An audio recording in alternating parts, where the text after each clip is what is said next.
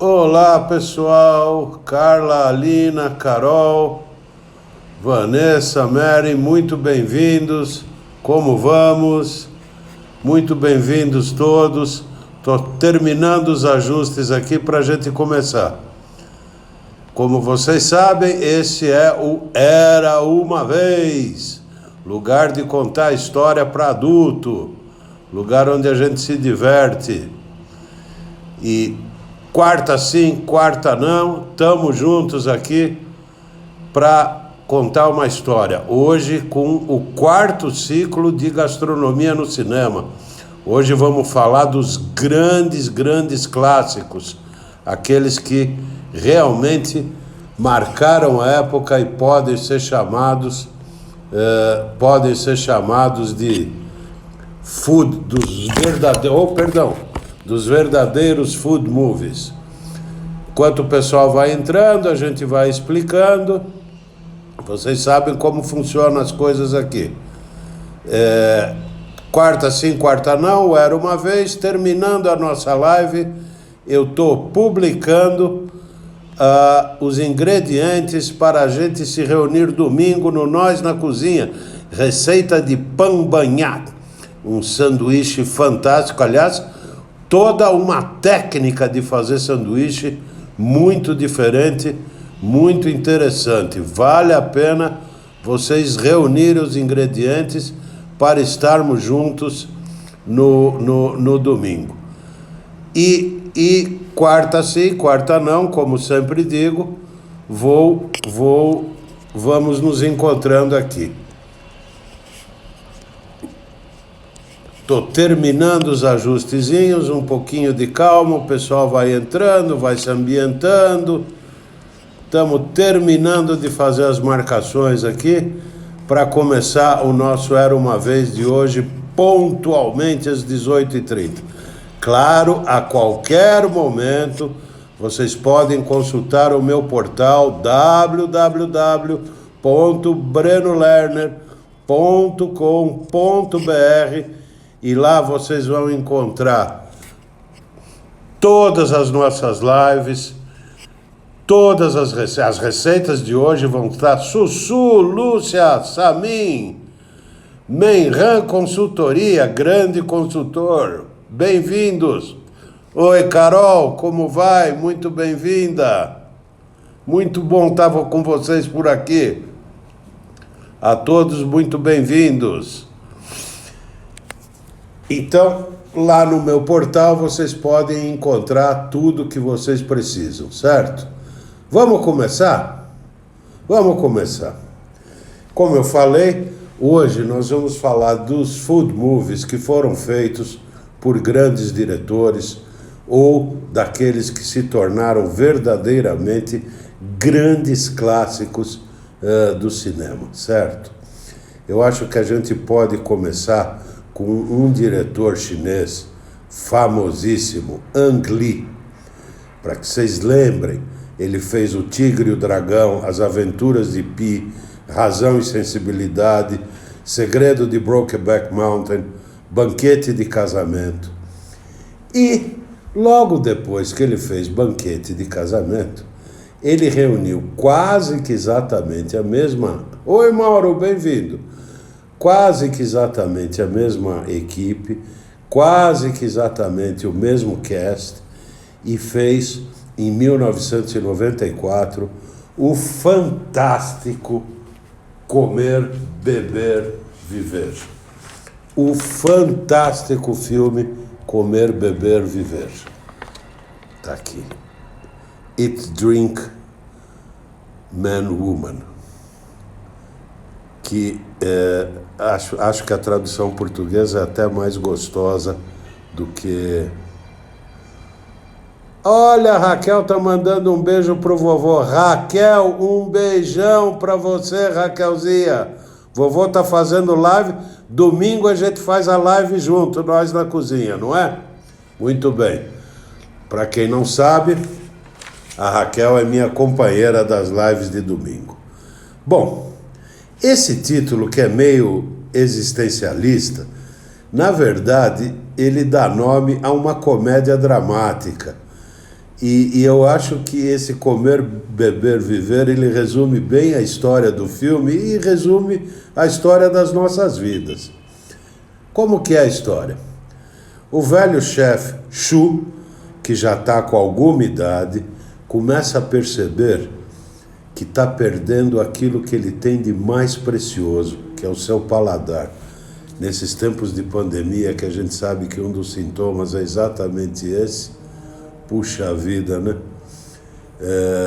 Clarinha, Serginho, muito bem-vindos. Perdeu o paladar, imagine para um grande chefe. E no filme fica bem claro o quão grande chefe é. O que ele não percebe é que ele está por perder algo mais precioso até do que o paladar, que é a sua ligação com as suas 3 filhas. A filha mais nova, que ironicamente trabalha numa lanchonete, ela engravida e sai de casa. A filha do meio é uma professora que tem uma vida miseravelmente infeliz e super mal resolvida. E a filha mais velha, que é uma executiva numa multinacional, ela tem um grande sucesso, e o grande sucesso que ela tem é inversamente proporcional à felicidade que ela tem. Então, o nosso querido amigo chefe Chu está caminhando para ficar sem seu paladar e sem sua família. E o único elo de ligação que ele tem com as 3 moças são os jantares de domingo, onde o chefe prepara verdadeiros banquetes que poderiam alimentar 40 pessoas e são eles 4 na mesa. O único diálogo dele com as filhas se dá pela culinária. Oi, Paula, chefe Paula, bem-vinda, pessoa que admiro muito, muito bem-vinda. Então, na verdade, o único diálogo que ele tem com as filhas é pela culinária. A forma dele de expressar amor, de expressar carinho, é pela culinária, pelo que ele oferece para elas comerem. E o paradoxo do filme é exatamente... Arthur, bem-vindo. E o paradoxo do filme é exatamente esse. As meninas se sentem sufocadas, completamente sufocadas pela arte, pelo exagero do pai. Se a gente pensar bem, o que o filme mostra é o que é na vida. A estrutura familiar, no fundo... Oi, Carol, bem-vinda, filhota. A estrutura familiar, no fundo, é o que segura a gente unido, né? É o que mantém todos os membros da família seguros.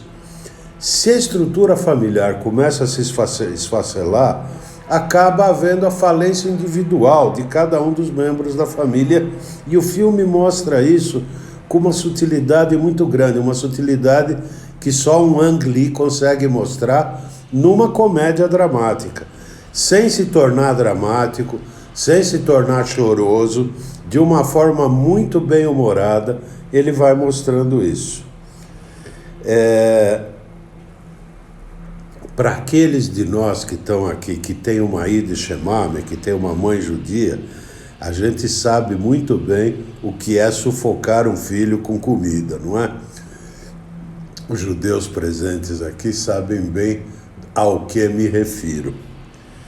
A abertura do filme, quero mostrar uma ceninha da abertura para vocês aqui, porque ela é interessantíssima. A abertura do filme é o chefe Chu preparando um dos jantares de domingo para as filhas. Essa é uma parte do que ele está preparando para 40 pessoas, para 4 pessoas. Pasmem, isso é um jantar para 4, é um pedaço do jantar para 4 pessoas que ele está preparando. Bem, o fato é o seguinte: a abertura do filme, ela é tão elaborada, ela foi tão complicada, que só essas cenas de abertura levaram mais de uma semana para serem gravadas, né? É uma coisa incrível. Você tem nessa abertura uma carpa frita, costela bovina com molho agridoce, pernas de rã, brotos de bambu, o pato à moda de Pequim, Paula, bem-vinda, um prazer que você esteja aqui conosco. O pato de Pequim é mostrado o preparo dele em todos os detalhes, inclusive um passo do pato de Pequim que é muito curioso, que é pegar o pato e pelo orifício anal dele você sopra para a pele descolar do corpo e ficar toda craquelada, como no pato de Pequim. Pode parecer muito curioso, mas é o único jeito decente de fazer isso. E principalmente, Pretinha, bem-vindo! E principalmente mostra o chefe preparando dim sums. Dim sums são pequenos pasteizinhos recheados, salgados ou doces. Eles podem ser fritos, grelhados ou no vapor. O exemplar de dim sum que todo mundo conhece é o gyoza, mas existem mais de 100 tipos de dim sums na culinária japonesa. Tem alguns lugares que fazem ótimos dim sums. Carla, bem-vinda, um prazer tê-la conosco aqui. O dim sum é um acepip, é uma entradinha deliciosa. Aqui em São Paulo nós temos um restaurante chamado Chaie, ele é em Pinheiros. E uma vez por semana ele tem um workshop de dim sums. Nesse dia vale a pena ir lá experimentar os dim sums, né, que são esses bolinhos. Como eu falei, o exemplar mais conhecido de dim sum é o gyoza, né? Tem o shumai também, que é bastante conhecido. Bom, o fato é que o filme mostra, ao correr dele, mais de 100 pratos da cozinha chinesa e taiwanesa, né? Todos foram preparados por uma consultora, Lin Huiyi. Ela tem 4 restaurantes em Taiwan. Ela também treinou os atores na preparação através de coreografias que remetiam aos movimentos que um chefe deve fazer. Eu quero mostrar aqui para vocês as 2 receitas que eu selecionei, além do peixe, é o pepino em conserva e o frango, a galinha fria com especiarias. Essa aqui eu fiz outro dia em casa e fotografei. Olha, se dos 30 dias do mês eu fizer isso em 28, o pessoal aqui em casa devora essa combinação. Galinha fria com especiarias e o picles de pepino chinês. Os 2 são facílimos de fazer. João, Squasho, bem-vindos! Os 2 são facílimos de fazer. As receitas estão lá no meu blog. Além dessas 2, tem uma outra receita do Chef Chu, que é um peixe frito com molho picante. Vale a pena. Oi, Mesa em Favel, muito bem-vindo.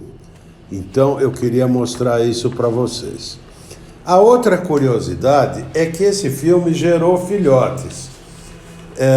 Em 2001, foi feita uma versão americana, que chamava-se Tortilla Soup, em que o chefe Chu é substituído por um chefe americano, que é protagonizado pelo Hector Elizondo, né? O Hector Elizondo, para quem não lembra, é aquele ator que faz o gerente do hotel em Pretty Woman, né?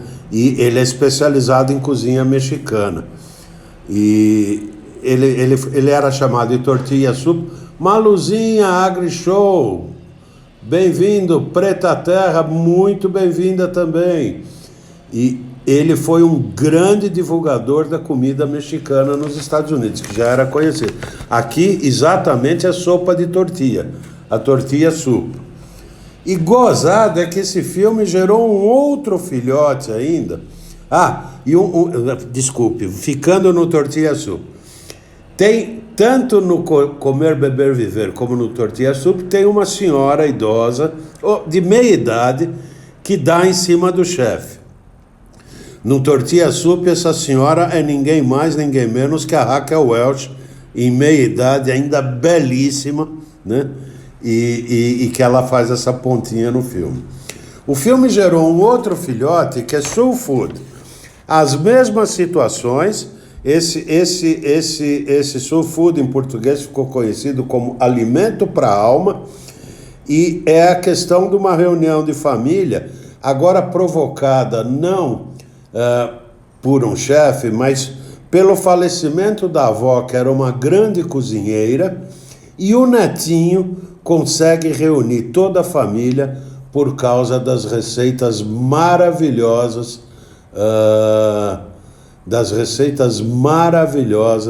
que a avó preparava e que ele convence as tias a fazerem. Valmi, bem-vindo! Você chegou exatamente na hora do nosso segundo filme de hoje, um clássico, O Tempero da Vida. Figandri, muito bem-vindo também, que prazer tê-lo aqui. O Tempero da Vida, filme de 2003, direção de Tasso Boumedics, o roteiro também de Tasso Boumedics. Quando esse filme foi lançado em 2003, o cartaz dele tinha, acabei de mostrar aqui, tinha uma frase que era: canela, doce e ardente como toda mulher; pimenta, picante e ardida como o sol; sal, utilizado para dar mais sabor à vida. Essa frase chamou muito a atenção de todo mundo, e a verdade é que esse é o filme grego de maior bilheteria na história do cinema grego. A história qual é? Fanny é um menino, é um garoto grego que vive em Istambul, na Turquia. A família vive na Turquia.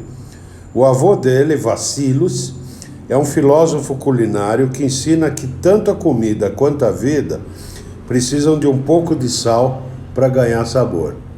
Oi, Priscila, bem-vinda, saudades de você, como vai?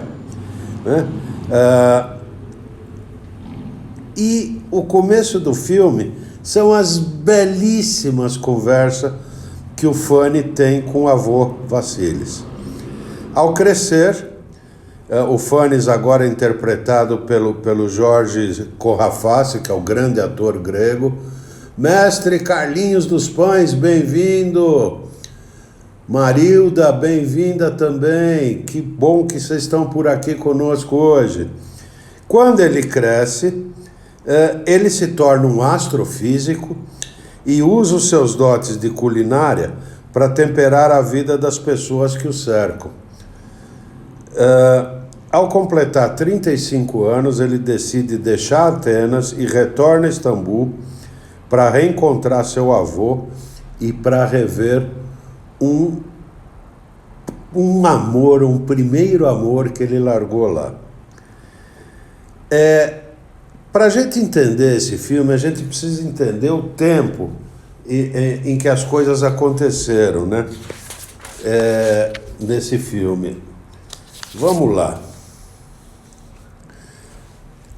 A Turquia e a Grécia viviam um grande conflito político por volta dos anos 60. E, no fundo, a família foi deportada de Istambul, junto com outros 30 mil turcos de origem grega, né? A Turquia expulsou os turcos. Oi, Lourdinha, que prazer em te ver por aqui, meu anjo. Como vai? Eles expulsaram e mandaram para a Grécia. Essas famílias expulsas da Turquia, e curiosamente, o que aconteceu? Quando eles voltaram para a Grécia, eles eram gregos e eram tratados como estrangeiros na Grécia. Então, eles começaram a se esforçar para manter suas tradições turcas, especialmente na culinária, né? A culinária grega e a culinária turca tem muitos pontos em comuns, mas tem muitas diferenças que os separam, né? E o que o filme faz em vez de apontar as diferenças, o filme mostra as semelhanças, né? E acaba virando um filme delicioso. Realmente, as cenas mais bonitas são as aulas que ele tem com o avô, né? O avô explica O que, aliás, é uma mania dos gregos, né? Que é usar a etimologia das palavras, que eles querem provar que todas as palavras de todas as línguas se originam do grego, né? Por exemplo, o avô diz para ele: você já notou que gastronomia é astronomia com G? Né? E aí ele começa a associar os temperos aos planetas. Essa é uma das cenas do filme em que o avô mostra temperos para o Vassilis. Olha que coisa linda ter uma mesa com tudo isso. Olha que beleza, né?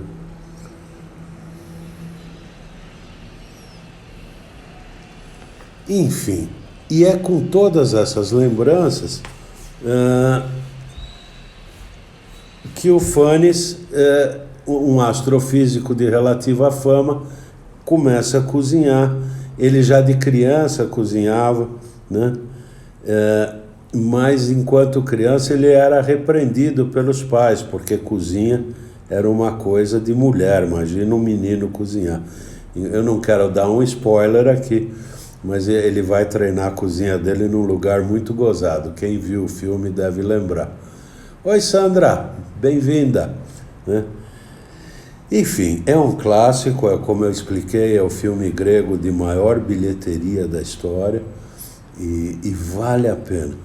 Como sempre, as receitas estarão lá no meu blog, assim como os links para que vocês possam ver os trailers dos filmes. É só entrar no blog, estão lá tanto as receitas como um link para você ver um trailer e se animar. O nosso próximo filme é um clássico dos clássicos. É realmente um clássico de todos os clássicos. Talvez o meu filme preferido. Eu talvez o colocasse até... Olha, CSMT, bem-vindo, meu amigo. Eu o colocasse até na frente do nosso próximo filme, que vai ser A Festa de Babette. La Cena, Ettore Scola. Bom, eu sou um fã do Ettore Scola, eu acho esse cara o máximo.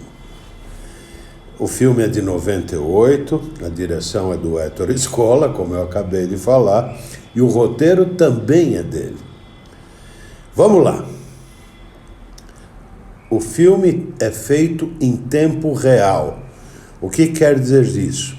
Que as quase 2 horas que duram o filme são as quase 2 horas em que tudo acontece lá dentro. Desculpe, puxa, você é mulher. A CSMT é uma mulher, eu falei que era um homem. Bem-vinda, muito bem-vinda, um prazer tê-la conosco aqui. Depois você conta teu nome pra gente. Então, é uma noite de jantar num restaurante chamado Arturo al Portico. Arturo al Portico. Esse finalzinho, al Portico, nos induz que esse restaurante seja em Roma. Essa é uma mania dos restaurantes romanos darem.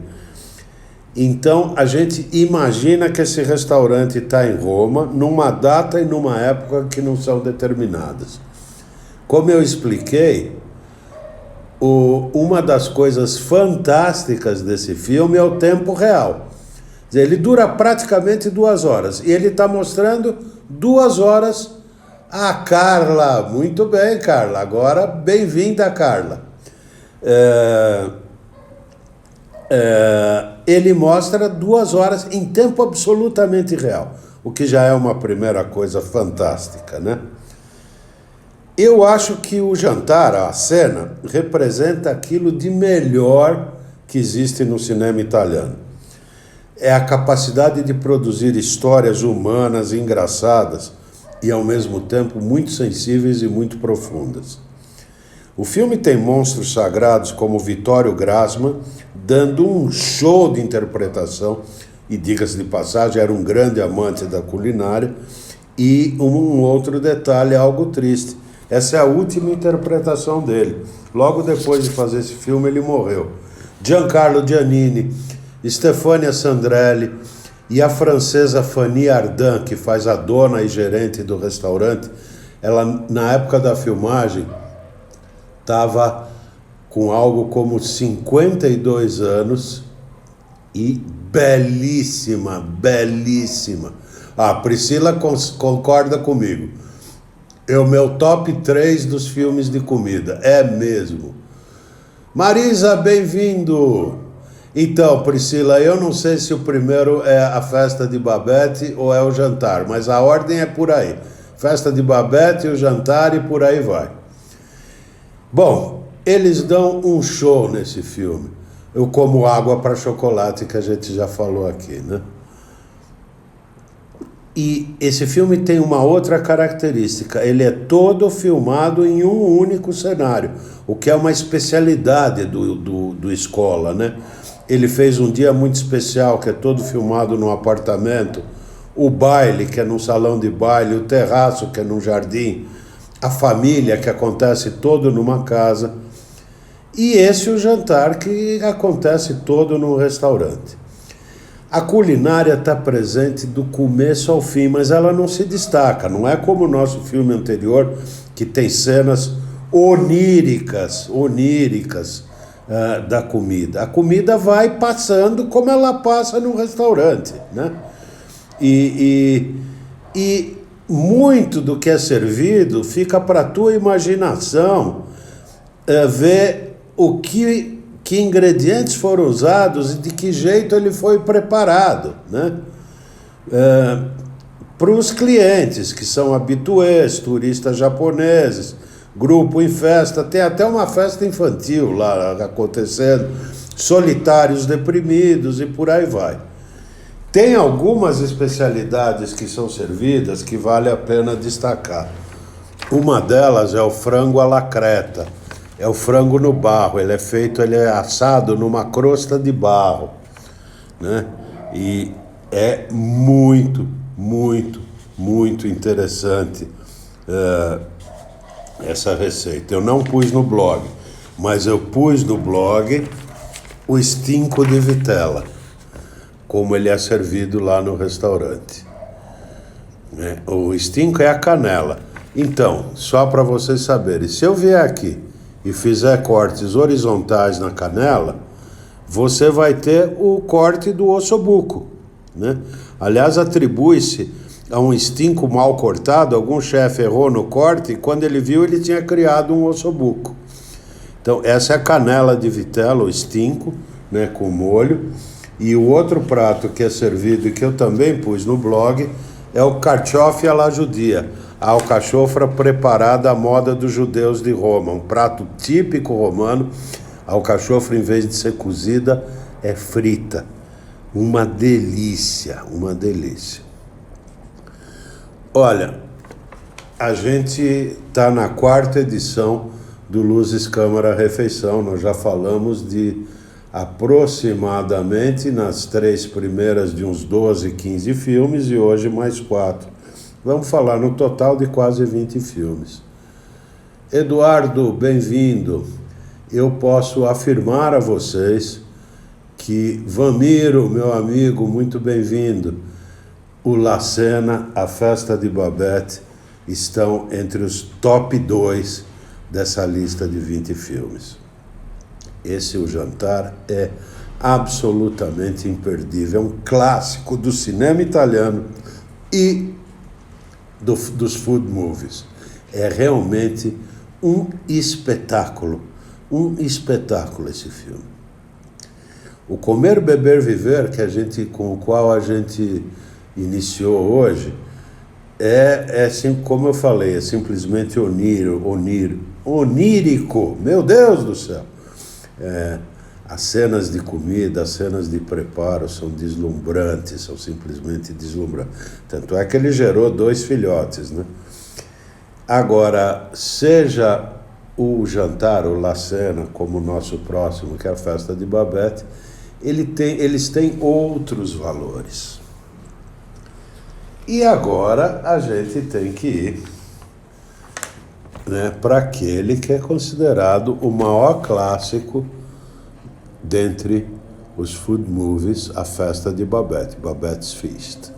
Um filme dinamarquês, o único food movie que jamais ganhou um Oscar. Ele ganhou o Oscar de melhor filme estrangeiro, na medida em que é dinamarquês, né? E ganhou uma série de outros Oscars também, de produção, fotografia. Porto Crumbs, bem-vindo, meu amigo, que prazer em tê-lo lá do outro lado do oceano, muito bem-vindo. Bem, A Festa de Babette, a gente tem que começar contando um pouquinho de onde ele vem. É um filme de 1987, direção de Gabriel Axen, o roteiro também do Gabriel Axen. Como eu expliquei, ele ganhou o Oscar, ganhou o BAFTA, né, que é o Oscar europeu.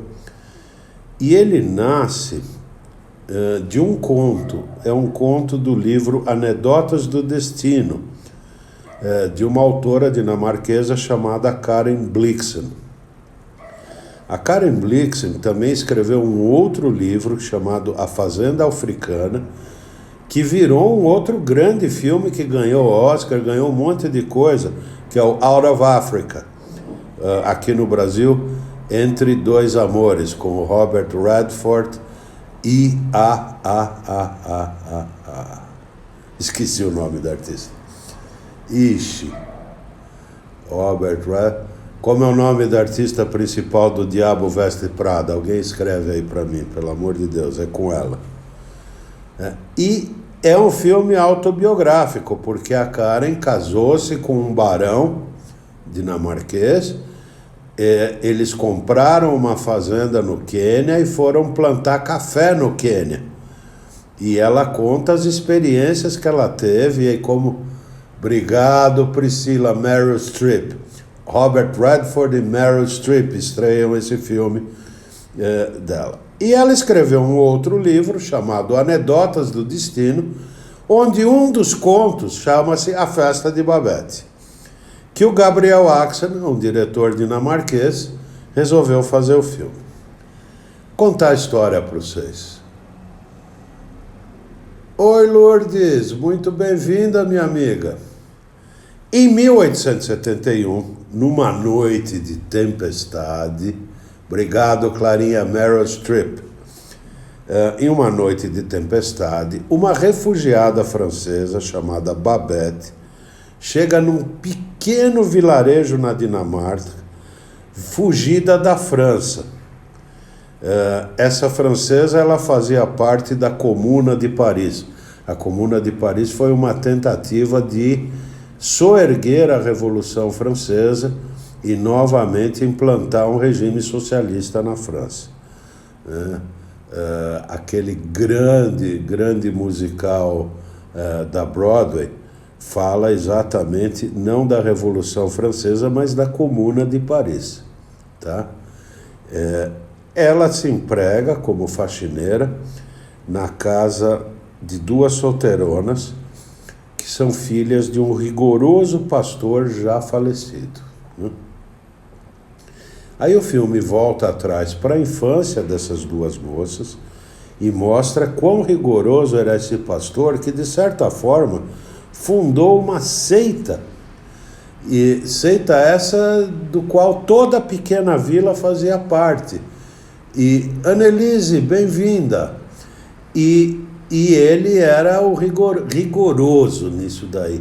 Era uma vida assim espartana que ele pregava, e mostra como as duas moças, que poderiam ter sido carreiras como artista, como dançarina, abandonam tudo em função do rigor do pai. O pai falece, elas assumem essa rigidez moral do pai, e uma delas chega a ter um ex-namorado que vai para a França, e namorado esse que manda um bilhetinho na mão de Babette dizendo: por favor, ajuda essa minha amiga, que ela é uma fugitiva política da Comuna de Paris.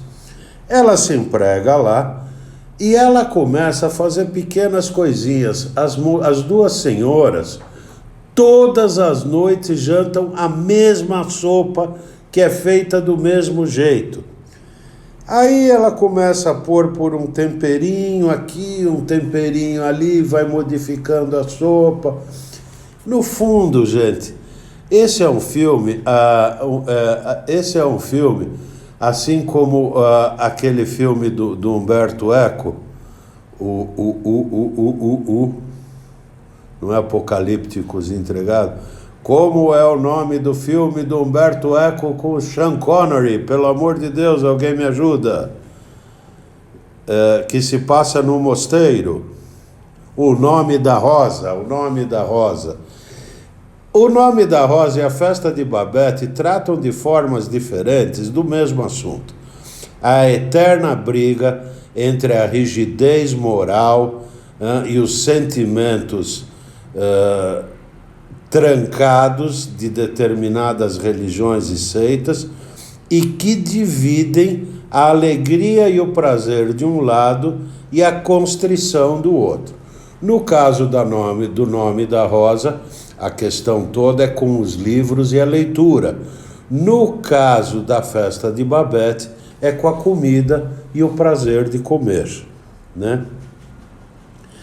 O fato é que este amigo da Babette, que ficou em Paris, ele tem um acordo com ela. Todo fim de ano ele compra para ela um bilhete da loteria de Natal. E um ano ela recebe a notícia, são 14 anos depois que ela está trabalhando com as duas viúvas, ela recebe a notícia de que ganhou na loteria. E aí ela resolve fazer o seguinte, ela vai fazer um jantar para 20 pessoas para agradecer a acolhida que ela teve, né? Eu e meus temperos, muito bem-vindo, prazer em tê-lo conosco aqui. E ela faz um jantar com esse cardápio aqui. Vamos começar. Aperitivo, um sherry amontilado. Potage à la tortue glacée avec madeira, uma sopa de tartaruga com vinho madeira. Blinis demi-doff ou caviar, uma panquequinha especial para servir caviar. Quem já viajou de primeira classe nos aviões, a primeira classe, logo que o avião sobe, eles te trazem blinis ou caviar, e foi servida com uma Veuve Clicquot 1860.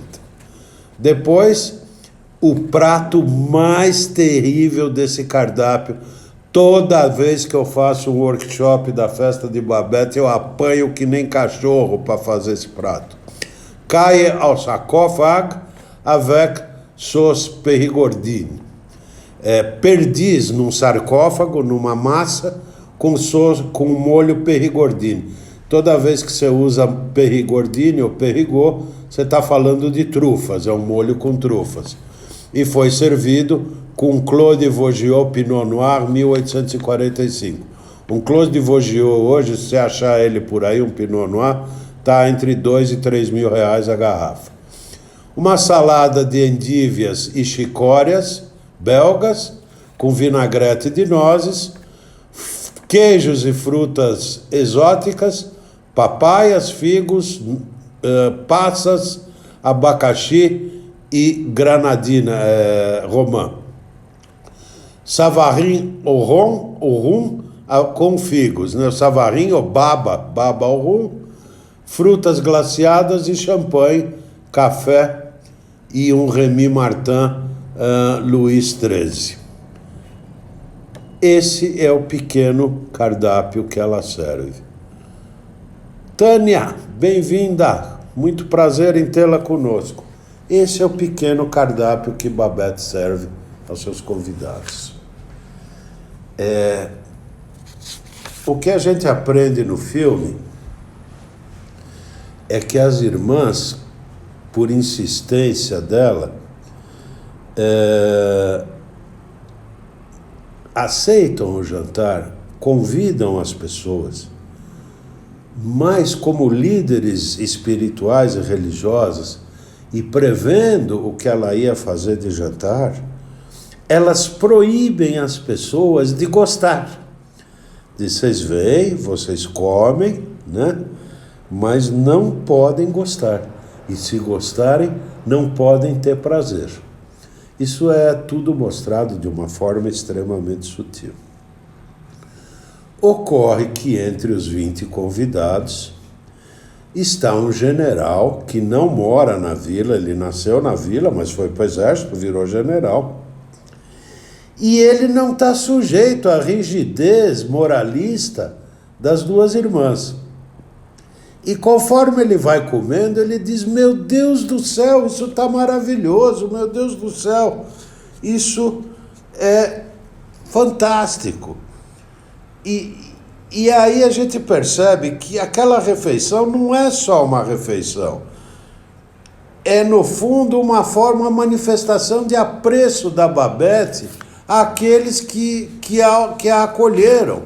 É um autossacrifício. Ninguém sabe do jantar, mas ela gastou os 10 mil francos, que no século XIX era uma verdadeira fortuna, nesse jantar, né? É um negócio assim, simplesmente espetacular. Vamos lá. Algumas amostras. Opa, perdão.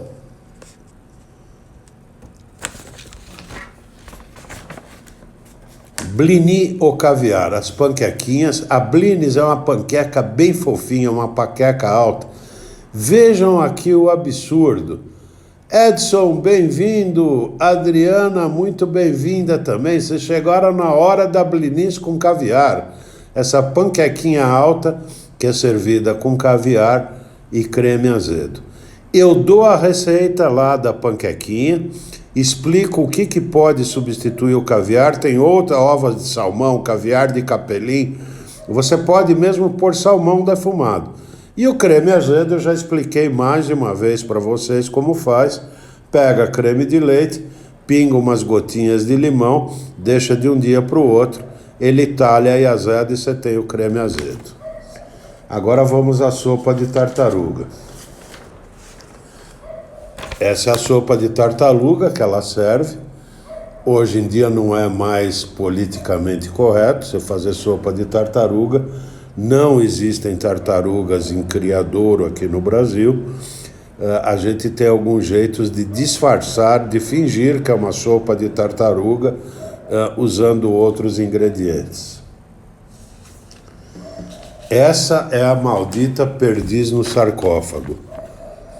É uma perdiz que é desossada, só aí você tem que ter a habilidade de um cirurgião neurológico.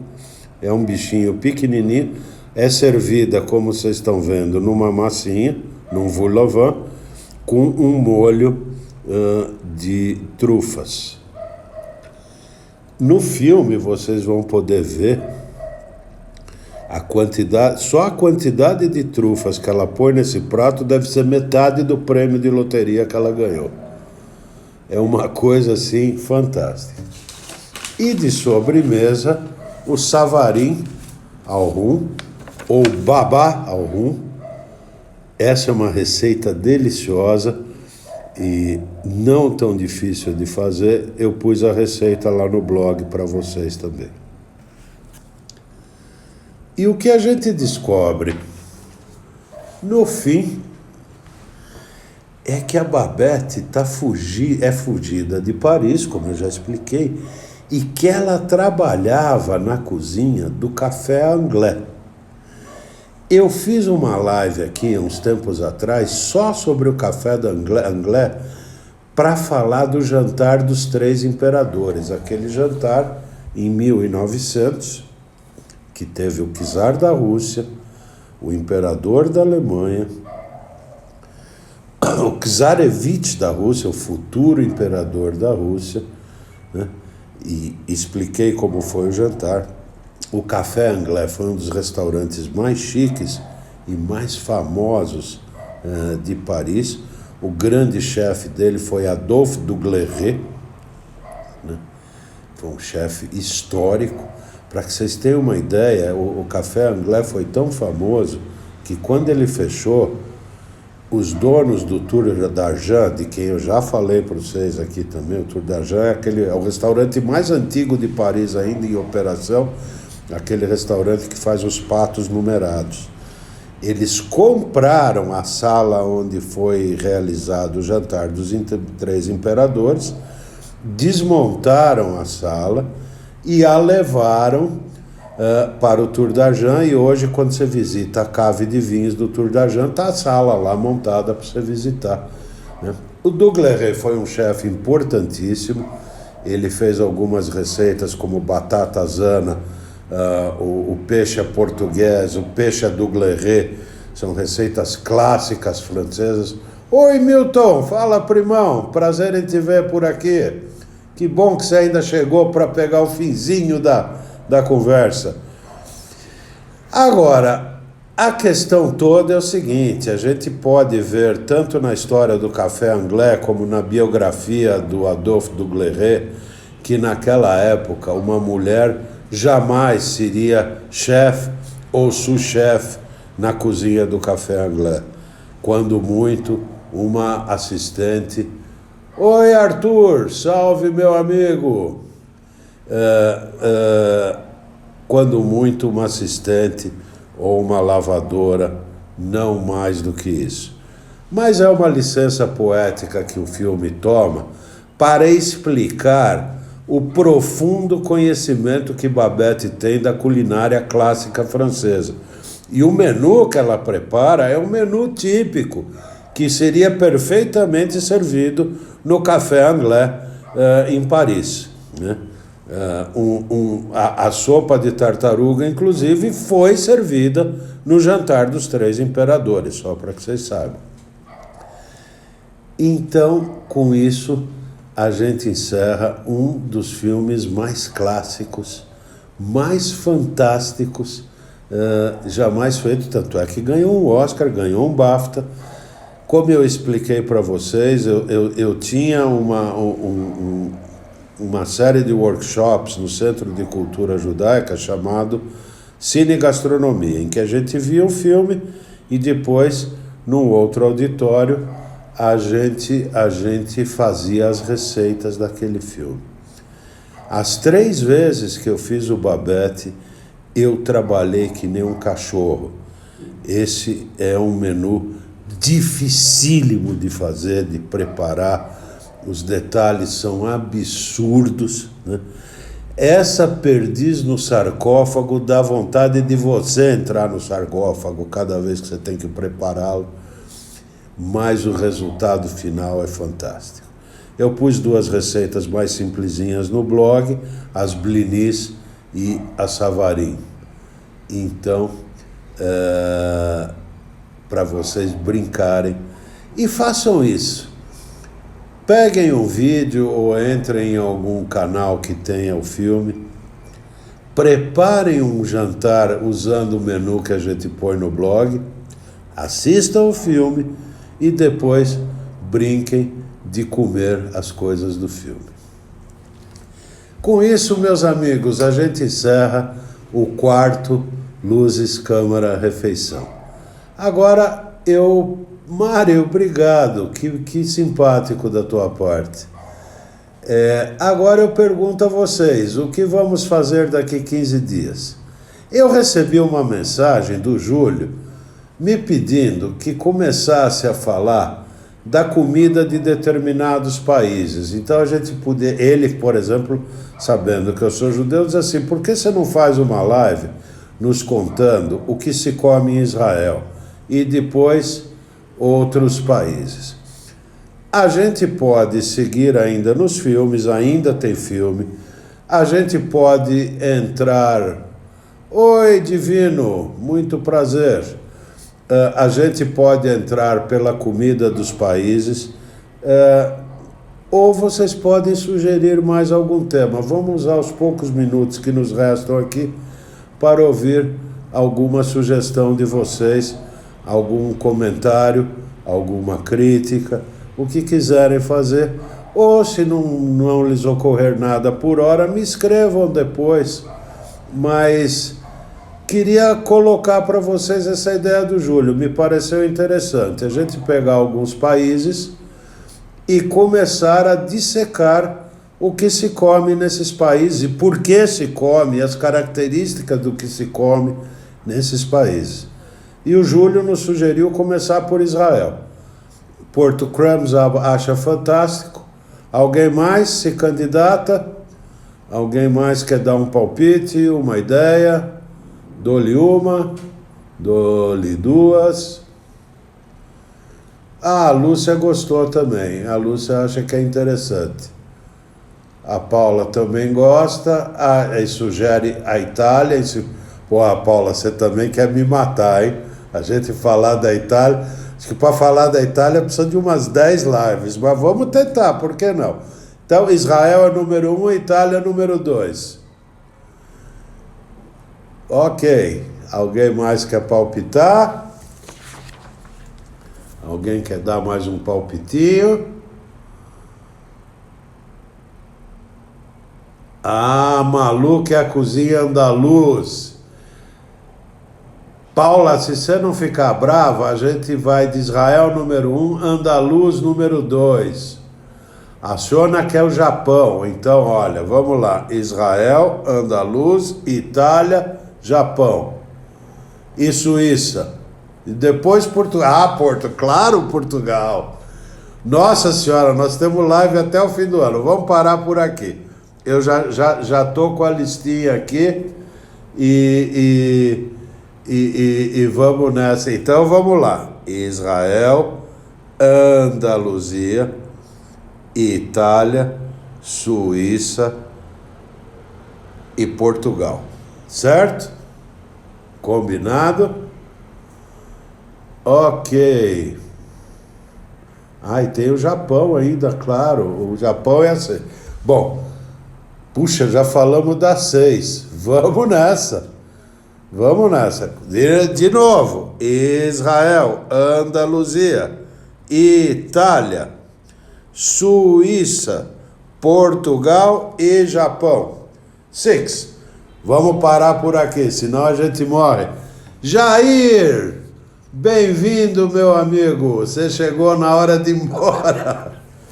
Pessoal, foi um prazer esses 4 ciclos do Luzes, Câmara, Refeição. É algo que eu adoro fazer. Por 10 anos eu fiz isso no Cine Gastronomia e poder refazer isso ainda aqui numa live foi um enorme prazer. Daqui 15 dias, Israel, depois Andaluzia, depois Itália, depois Suíça, depois Portugal e depois Japão. Nossa Senhora, vai ser uma festa. Pessoal, muito obrigado. Um prazer, tivemos uma ótima audiência hoje. Foi ótimo o nosso papo. Vão lá no blog, peguem as receitas, aluguem ou peguem o filme, assistam o filme, façam a receita e façam uma noite de Luzes, Câmara, Refeição lá na sua casa. Ô, Jair, você comprou um selo, que chique. Muito obrigado. O Instagram e eu agradecemos. Meus amigos, foi um prazer. Muito obrigado por me deixar fazer isso, recordar meus tempos de cine e gastronomia.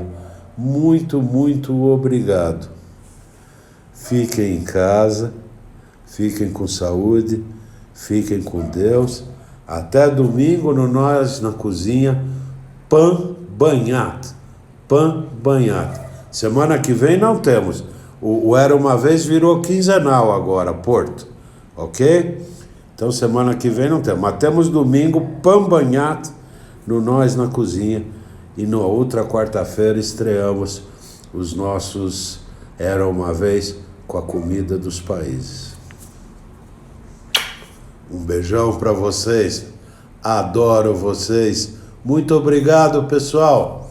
Tchau. Fui.